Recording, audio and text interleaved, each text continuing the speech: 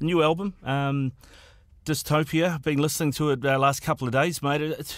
For me, it feels as I've been a Megadeth fan for a long time, going back to So Far So Good was probably the first album I think I got. But this album's probably the most furious sounding, or almost like I don't want to say angry, but it's heavier for sure. But there seems to be more. It's a bit more ragged and it's a bit more on the edge. How did you feel recording it?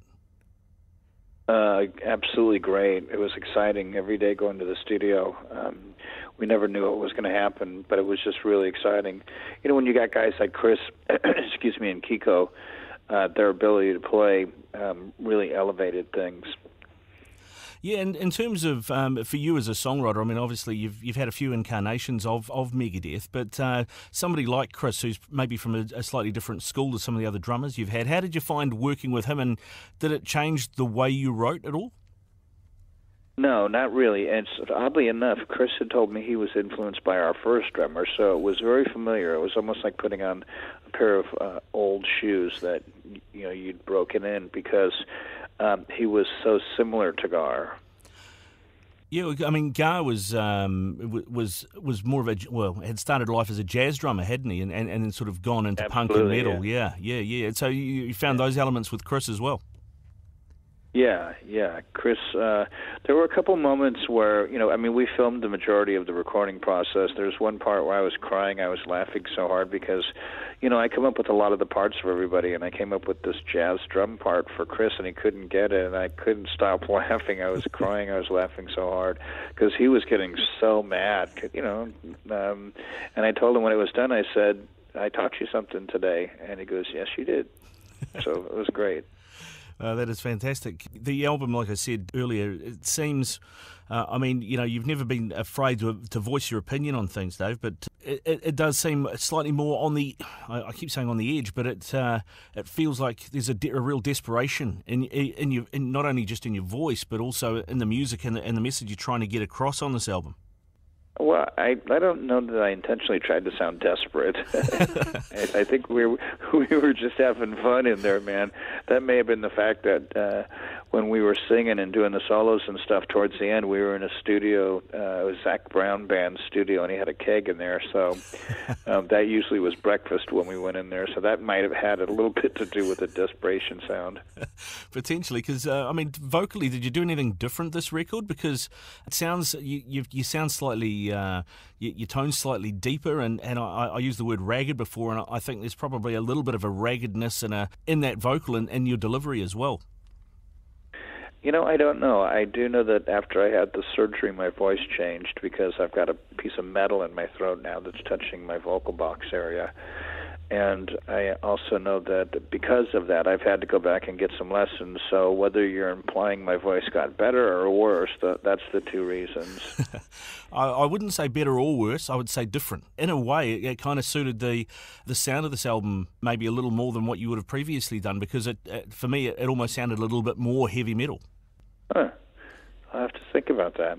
I know that you've been busy for a long time recording this record, and as mentioned before, you're not shy about coming forward with your opinion on things. So, in terms of when you were writing lyrics for this record, what were the sort of things you were focusing on, and what really sort of inspired you? Because there's some great tracks on this record, and there, like I said before, there sounds like there is some real anger and some real angst, and you're really wanting to get some points across. Well, I think that having the luxury to travel a lot. How far have you gone off the island? I've been up to England and Ireland, and I've been over to your part of the world as well. Oh, good. So you have done some travel. That's great. Yeah. But for some of your mates, I'm sure, they've never left the island, or maybe the farthest that they've gone is over to Taz or to Australia. That's not really far. That's like a boat ride. But for people like myself who have gone and seen so many, many, many, many different cultures, and seen how so many of us live differently, because your nation is very similar to our nation and the UK and Australia with the way that we live. But you go to someplace like India, and my God, man, just the difference with poverty and the way that people live, or you go to some of these other places that are full-on war-torn areas, because New Zealand, as far as I know, has been pretty peaceful other than the earthquakes. So that's had a strong effect on me with my songwriting, because like I don't know if you know this or not, but in Haiti, when that terrible earthquake happened, my wife and I had donated to this cause where we got a soup kitchen down there, and every day it feeds 3,000 kids to this day down there, and that's the kind of stuff that matters to me. So when I write songs, I'm not just writing songs to say, hey, here's the problem, fuck you, I'm not going to get involved in it. I try and be part of the solution too. Yeah, I guess it's a fine line for a lot of artists, isn't it? Because it's one thing to make people aware through your music, and it's another to either engage them personally, to your fans to get off their bums and do something about it, or do that yourself. Exactly right, but there's also a couple other different angles to look at that too. Some artists misuse their celebrity to force people to do things, and for me, I've always been of the belief that don't take my word for it, see for yourself. And I love to open people's minds to educate them to stuff, because there's been a lot of things that my opinion's evolved on too. Stuff that I believed in as a kid when I was young, that growing up, that my mind's changed. One of the things is that's totally changed is that I would live this long. Well, you did your best for a long time, Dave. Yeah, well, I wasn't trying to be in the 27 club, but it's there's just been a lot of different things that have changed over my life with how I look at the music business and all that kind of stuff. It's just things change, so. Yeah, I guess, because you got brought up in quite a religious. Your mother was quite religious, wasn't she? And you got brought up with that from an early age as well.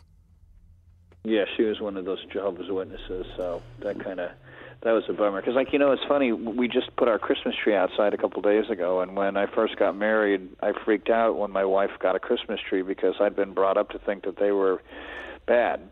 Yeah. And that's another thing that shows, how my thought process has evolved over time. I think that if we're all willing to have an open mind, we can have a much better experience while we're here, because when you get set in your ways, you miss out on so much stuff. Yeah, I think it's... Unless you're right all the time, and I don't know very many people that are right all the time. No, that is true. I guess, I was in not a similar situation, but I got brought up Catholic. I find myself having to not second guess myself, but I react to something in my head and then kind of have to think it through and go, actually, no, that's wrong. That's kind of the indoctrination from when I was a kid is still in there. Yeah. Well, the stuff that we get taught when we're kids, man, it gets stuck in there. We may not necessarily remember it, but it's in there. Yeah, that's for sure. Now, early days of Megadeth, you were very, obviously the new wave of British heavy metal was closely linked to punk, and there were certain punk elements about early Megadeth, and I think you probably closed this album out on one of the punkiest tracks you've done in a long time, Foreign Policy. Yeah, that's a cool song, huh?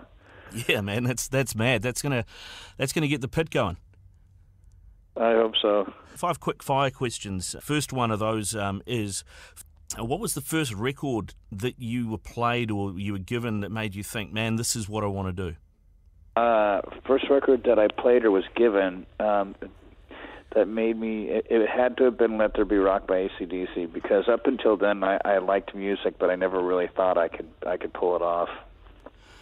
And in terms, and now of, obviously you got the Zach Brown keg in the studio, but what's your poison nowadays? If we were going to go sit down and have a chat and have a drink of something, what is it? Is it coffee? Is it beer? Is it what are you ordering off the menu? Well, if it's liquor, it'd probably be tequila. If it's wine, it'd have to be Syrah, preferably my Syrah from my vineyard. If it's beer, there's no telling. It depends. They're with all of the boutique-y little breweries now. But that's about it. Yeah, nice. If I'm mad and something really terrible's happened, you know what? I'll drink anything. And in terms of, you've toured with a lot of bands and a lot of bandmates over the years. What was the most disgusting touring habit of anybody that you toured with? Can I say it on the air? Yeah, go for it. We had a light guy who pooped in a clear plastic bag and popped the sunroof in the bus and threw the bag out the roof on the way to Las Vegas, and the sunroof blew off. That is outstanding. That was one of the funniest things in my career, him having to walk back down the freeway to look for the sunroof. Oh man, that's genius. Well, no doubt you've got mad fans as well around the world, Dave. What's the weirdest fan request you've had? It always makes me feel weird to sign people's bodies. That's always been weird. I've never been a big fan of signing skin. Yeah. People have asked me to hold their kids, take pictures with their kids and stuff. I remember one time I was in Japan and some little kid was right next to the PA on the side, and I thought, you got to be the worst mom in the world because this kid's going to be deaf.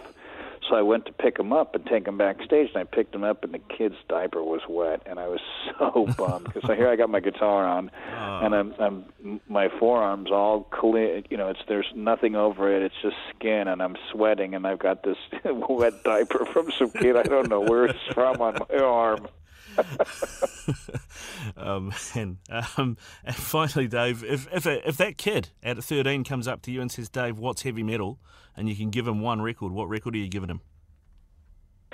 To show him what heavy metal is? Yeah. Ooh, wow. That's a good one. It'd probably be either Diamond Head Lightning to the Nations. Could be Four Sticks. Could be Don't Break the Oath. There's a good selection in there, Dave. Thanks very much for your time this morning, my friend, and go well, and we look forward to seeing you down here sometime soon. You got it, brother. Soon enough.